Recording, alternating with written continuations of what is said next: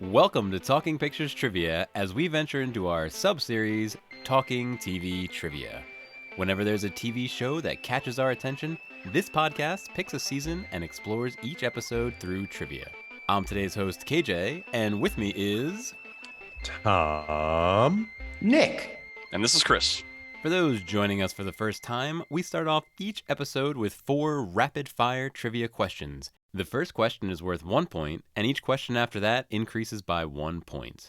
Then, follow it up with a theme discussion associated with the TV episode, in this case involving Season 1 of Disney's Obi-wan Kenobi. Chris, tell us about today's episode. Today, we'll be discussing Episode 1 of Obi-Wan Kenobi. This episode was directed by Deborah Chow and written by Stuart Beattie and Hossein Amini. There will be spoilers for Obi-Wan Kenobi up through Episode 1 only, so feel free to press pause until you are caught up. In this episode of Obi-Wan, we start with a jarring scene during the scouring of the Jedi Temple, which we previously saw in the third movie, Revenge of the Sith. 10 years later, we also follow a young Princess Leia Organa with her adopted parents on Alderaan, and we follow Old Ben Kenobi on Tatooine, where he is working as a meatpacker and watching over Luke. We are introduced to the Grand Inquisitor, whose task it is to hunt down and kill the remaining Jedi. By the end of the episode, Obi-Wan is headed off planet to find Leia, and the Inquisitors are hot on his trail. It's time for Question 1. What is Owen Lars looking for the first time we see him? Who? Locked in. Is that? That's. No idea. I'm gonna lock in, but I'm not really sure. God, I'm not even sure who that is. I'll lock in. All right, Nick, what do you have? I'm gonna go with a callback, and I'm hoping it's a power converter. Ooh, I like that. Tom, what's your guess? He's looking for some seeds for his farm. His Desert moisture seeds. farm. And Chris? Is that what he? He's a moisture farmer. He farms water? Yes. Yeah, it's a desert planet. Oh, okay. So he's looking for some H2O seeds. It's a hydrangea seed. Chris, what do you have? I think he's looking for Luke. And points to Chris. Yes. Oh yeah. He's looking to Luke. So this is Obi-Wan's got the binoculars and looking out on it. Yep. And Luke's Luke kind of on is the like other looking side. like he's pod racing or something, or pretending that he's pod racing. Yep, exactly. Just like Oh. Tom, I thought that wasn't really like a hardcore Star Wars thing, but I guess maybe I was wrong. it isn't a hardcore Star Wars thing at all. I didn't know the answer. Seeds for his farm. Well, he was a farmer. I knew it was a fight. I had no idea it was water. He was. It's time for Question 2. Why does Obi-Wan take a little bit of meat every day from work? Locked in. Locked in. Locked in. All right, Nick, what do you have? I was trying to be a real Star Wars nerd and remember the name of the creature, but his animal that he rides to town, to and from work. Tom? He takes extra meat for that horse animal thing. It's not actually a horse, but it serves the same function. And Chris? He takes the meat so that he can feed his Iope, Nick. That's what it is. Iope. Good old Iope. Points for everybody. It's time for Question 3. What is the name of Leia's droid? Locked in. Locked in. Locked in. I don't remember. Tom, what's your best guess there? Lola? He's right. It's Lola. It is indeed Lola. All right, points for everybody again. So Chris is flawless right now, though. This is the problem. Going into the final question, Chris is leading with 6. Nick and Tom are right behind with 5 each. It's time for Question 4. What does Obi-Wan dig up in the desert? Locked in. Locked in. Locked in. And just so you guys know, there's kind of 2 things I'm looking for. Ah, crap. Tom, what do you have? Well, One is a lightsaber. The other is uh I, I go with some sort of robe, maybe. Well, it was in a box, so let's go with money. A lightsaber and money. All right. And Nick, what do you have? Lightsaber for sure, and Jedi garbs. And Chris? I'm going to go with two lightsabers. One of them is his, and one of them is his best friend Anakin's. And Chris takes the episode. Gosh, Yeah. That I is got correct. thrown by the way you worded that. So, congratulations to Chris, our winner. We'll be diving into our topic of the week, the man, the myth, the legend, Ben Kenobi. We'll be back right after this break. Join another Talking Studios production, Limited Lexicon, where we play through text-based adventure games. Text-based adventure games were computer games from before computers had graphics. The game uses text to describe a scene, and the player types back how they want to interact with the game. I'll read the text from the computer, and my co-host will feed me commands. This season, we're playing through The Hobbit from 1982 on the ZX Spectrum. Here's a quick sample. I thought a lot about our first command, and I think it should be no print because we don't want to print things as we're going along. I think by default, it's not going to print. And even if I did type print, where is it going to print to? 1982? I would imagine if we go west, we're going to be south of the troll, right? Just south of the troll Yeah, land. let's try it. You go west. The troll's clearing. The visible... Oh, we died. Oh. All right. The troll saw us and killed us. So I think we have to say the answer to the riddle then. The answer is dark. Say dark, I think. Talk to what? Gold. Say Gollum dark. You talk to Gollum. Thorin says, hurry up. And we died. And we died. So we went northeast last time. So let's go southwest.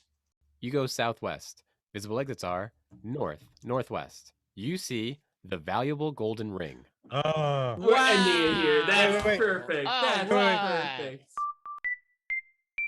Limited Lexicon, coming to your podcatcher and YouTube in late 2022 by Talking Studios.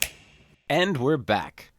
So guys, today I want to talk about Ben Kenobi, the man, the myth, the legend. We've not seen him, I guess, for 10 years. This is before he becomes Alec Guinness. How did you guys feel about our reintroduction to one of the most famous Jedi in the galaxy?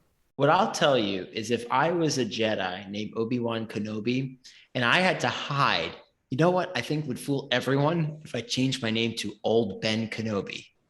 Yeah, it's an interesting character in the sense of the figure we see as the mentor is sort of pushed into the role of the reluctant hero. You always have to cite Joseph Campbell when talking with any kind of seriousness about Star Wars. It's required by law, and having Ben Kenobi or Obi-Wan Kenobi, who is like the legendary mentor figure, become this reluctant hero, and also a hero who is a little over the hill. He's too old to be your traditional hero, as is normally the case, is interesting. There's sort of a sense of out of place. He's out of place, both in the fact that he has to go through these adventures and employ force skills that he no longer has. We're led to believe in this episode that he's not the man he used to be. He tells the senator, Leia's adopted father, that he doesn't have these kind of force skills anymore. But he's also like just physically an older person. He isn't the hothead we'd see later in episode 4 with Luke, who's a little too eager to go after these adventures, or Anakin, who's a little too aggressive to go for these adventures. He is a person who should be retiring into midlife, and he is prompted to do something more than that. He's completely broken though, too. He's been stewing over this for 10 years. He thinks Anakin, his mentee and friend, was killed by his doing. and he failed him again. We can go back to the recap or the early, you were the chosen one. Like his whole purpose of living was destroyed, let alone his order, who was his family. So this is the beginning of that journey, hopefully, back to redemption. I mean, Star Wars is all about redemption stories, right? So it's just, I can make an assumption that this is where we're heading, but it is interesting to see him completely off his game at the beginning of this show.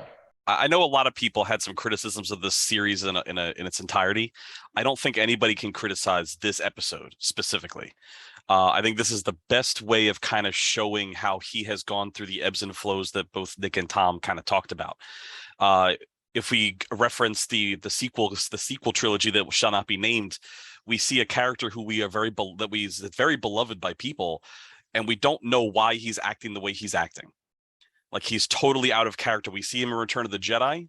He comes back in the sequel trilogy, and he's a completely different person. This TV show shows us a different Obi-Wan in the prequel trilogy, and now we're seeing a different Obi-Wan in A New Hope. We're getting a little bit of the backstory as to why he feels that way, how he feels like he has to protect himself, how he has to protect Luke. And we're seeing him broken, and we're seeing him kind of probably get on the track to rebuild himself, but we're getting a little bit of explanation as to why. And I know that KJ is giving me a look that I said something blasphemous about the sequel trilogy, but I do think that people don't like the Luke character in it because of it. And I think that people can now understand Obi-Wan more. And if they had done something similar to this with Luke in that sequel trilogy, I think people would have respected those movies a lot more than they ended up respecting them. I'm really glad you mentioned Obi-Wan in episode 4 and Obi-Wan in the prequel trilogy. Because in my head, my Obi-Wan is Alec Guinness. That's who I grew up with. And then the prequel trilogy was this other dude that didn't quite align. So he always felt like a shadow of Obi-Wan, like another guy. So when I watched this episode, I was like, oh yeah, this is the Alec Guinness guy. He's doing the same thing he did in episode 4, where he was very hesitant to go. He really didn't want to go.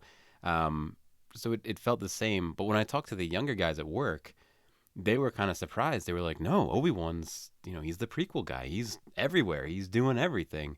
And it's an interesting comparison to Luke there, Chris. I guess I loved Luke in episode 8 in The Last Jedi. And I also think Star Wars works best when there's mystery there. You don't know the details. So I liked that it kind of fit that way. When you're watching episode 4 and they bring up the Clone Wars, it was like, wow, what is that? I wonder what that is. And I liked that way better than knowing what it is.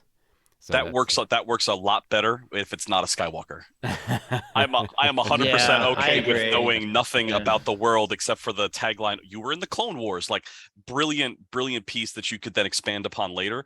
But when it is your main protagonist, and there's you've rode with this guy for 3 movies of your childhood, and then he's dropped in your lap episode 8, and he's a completely different changed person. That's a little jarring. I think we've just seen the 2 extremes of the internet right here. I did want to pick up on that idea of redemption. Who mentioned that? I think, Nick, you mentioned that? Yes. Star Wars is all about redemption stories. Is.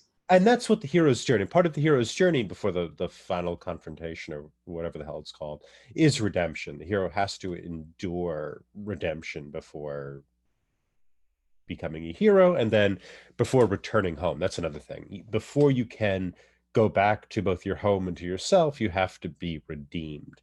And what's interesting about bringing up both Luke the Elder, the sequel trilogy Luke, as well as this Obi-Wan, is both people have sort of failed to be mentors. They failed in that role for the respective heroes, be it I don't even remember the name of the sequel villain, or Anakin in the prequel trilogy. And the redemption story ends up being for these mentors, for Luke, who's able to kind of find his own redemption at the end of, I think it's episode 8, and then Obi-Wan, who is beginning on this journey to save Leia. And there's a sort of search for redemption there. And so it's interesting to pass that kind of redemption need, that part of the cycle, off, not onto the hero, but onto the mentor. And it's, of course, in this series, the mentor is becoming the hero. He's stepping into a new role. What did you guys think of Ewan McGregor in the role? I loved it. I think he's great. It was perfectly hammy, but not hammy. Like it walked all those lines. I really liked it. Yeah, I was great to see him back on screen. Like I said in my reflections from last week, this is one of the most anticipated Disney Plus series for me. I really enjoy The Mandalorian. I liked Boba Fett well enough. This was the one that was like, I'm getting back into Star Wars. This is gonna get the creative juices flowing, thinking of Star Wars canon, things of that nature. And it was because of him. And it wasn't because of where we were going, like, because we went back to Tatooine as we always do in a Star Wars story, but it was Ewan McGregor as Obi-Wan Kenobi. So it couldn't have been anybody else, and I'm so glad he came back to do it. Yeah, you couldn't have another actor play him. He had to come back. I did like how they showed the Inquisitor is in the bar, kind of telling you how they can get Jedi to come out of hiding. And then you see Obi-Wan for the first time at the meatpacking place, and he's doing exactly the opposite of what the Inquisitor wants. Like, he is so far removed from being a quote unquote typical Jedi that everything the Inquisitor just said is their framework for capturing one is something that he's actively not doing, which I think it really shows you in just one simple scene of him, dissecting and packing away meat of a prehistoric water animal on a sand planet, which is a whole nother topic you can have a conversation about. That one scene seems like it's a throwaway, but it tells you so much about Obi-Wan and his headspace and what he is doing to protect himself and also to protect Luke and protect the future as he probably sees it. Yeah, that scene, and then when he's interacting with Tika, the Jawa, and he's perfectly okay with being stolen from and buying his parts back, right? He knows it, the Jawa knows it, everybody knows it. It really helps redefine or reinforce Obi-Wan's character so we remember who he is and how he is completely aware of what's going on, and in general, he's fine with it. Like, that's okay. Going back to what Chris was saying about that first time we're introduced to Obi-Wan, especially after that bar scene with the Inquisitors, he's stealing meat, and then there's someone who's getting berated, and he does nothing about it. So just to highlight what Chris is talking about, that's our first introduction to this is a changed Obi-Wan Kenobi. I mean, that really puts the Ben in Ben Kenobi. I did have another question. So, something I found kind of incoherent in the character, and maybe this is just me. He is determined to put aside his Jedi persona and his Jedi practices. He buries his lightsaber, and I guess also Anakin's lightsaber, in the desert and what have you. Yet he's also determined to train Luke, to let Luke's training begin. I wasn't able to exactly follow how he expects to do that if he's divested himself of sort of Jedi energy, Jedi trappings, as well as literally divest himself of the lightsabers that presumably Luke would need to learn to use to be a Jedi. And I found that a bit confusing. I also found that to be an inconsistency in this new character we're being introduced to. He was trying to throw it all away, but still leaving the door open to have him train. So I think it's twofold. I think he is mentally trying to tell himself that he is going to train Luke Skywalker to be the next Jedi. And I think he believes that. But I also think there's a part of him, his heart, that's not behind it either because of what happened the last time he trained somebody. So I think you're seeing a little internal conflict. I need to train Luke. I need to make the new Jedi. But internally, Obi-Wan kind of knows he wants to do something. He has an idea to train Luke, but his heart's not in it because of how the last trainee happened. And I think the other thing is, he's not going to train Luke until Luke shows powers. So we want to try to hide everything having to do with Jedi until that happens, because until then, Luke is very, very susceptible to being captured, being found. And even though Obi-Wan presumes that Darth Vader or that Anakin is dead, he still doesn't want anybody else finding him because he knows the Inquisitors are there. So I think it's a little bit of practicality. And I think it's a little bit of that inner conflict you mentioned the idea of, I have to do something. I know I need to do something, but my heart's not in it because I failed the first time. Just a little background on that in Star Wars universe. In the period before this, they would take force sensitive kids to who knows where. So it wasn't just protecting the Skywalker, it was protecting anyone who was force sensitive. Well, yeah, the Empire was taking force sensitive kids to either become Inquisitors or, spoiler alert for the sequel trilogy, probably for the cloning experiments that show up in those films. So I read a few of the Darth Vader comics in anticipation of this. Are those the ones that are best kind of additional universe material for understanding this series? There are multiple Darth Vader series, so it depends which ones you saw. And 2017? They were off the published in top of my 2017? head, I don't know. Out Okay. of the Marvel comics, the Darth Vader ones have been the most enjoyable to me, and I do think that they have the best story arcs. I'm not sure exactly which ones you read though, so it's that, like Nick said, it's kind of hard to tell. It was the one. It takes place about a second after the end of episode 1. Episode 4, you mean? Episode 3. Sorry, episode 3. Oh, so right after he gets picked up by the Emperor. Yeah. I'll tell you who has found his way this episode, and that's Chris, who took it down in a flawless victory. Congratulations, Chris. Well done. Thank you very much, guys. You can find more of our content wherever you listen to podcasts, on our YouTube channel, Twitter @Talking Studios, and our website, talkingpicturestrivia.com. We're extremely grateful to all those who subscribe, like, follow, and leave a review. Could there be any other reason for Obi-Wan leaving Tatooine? Let us know on Twitter, talkingpicturestrivia@gmail.com, or give us a call at 201-467-8679. You can find me on Twitter @ThomasSlayman15. You can find me on Twitter at KJ10001000. And if you'd like to get a hold of me, reach out to the boys at Talking Studios on Twitter. I can also be found on Twitter @TheNicknamed. Join us next time when we continue our uncivilized journey with Obi-Wan Part 2.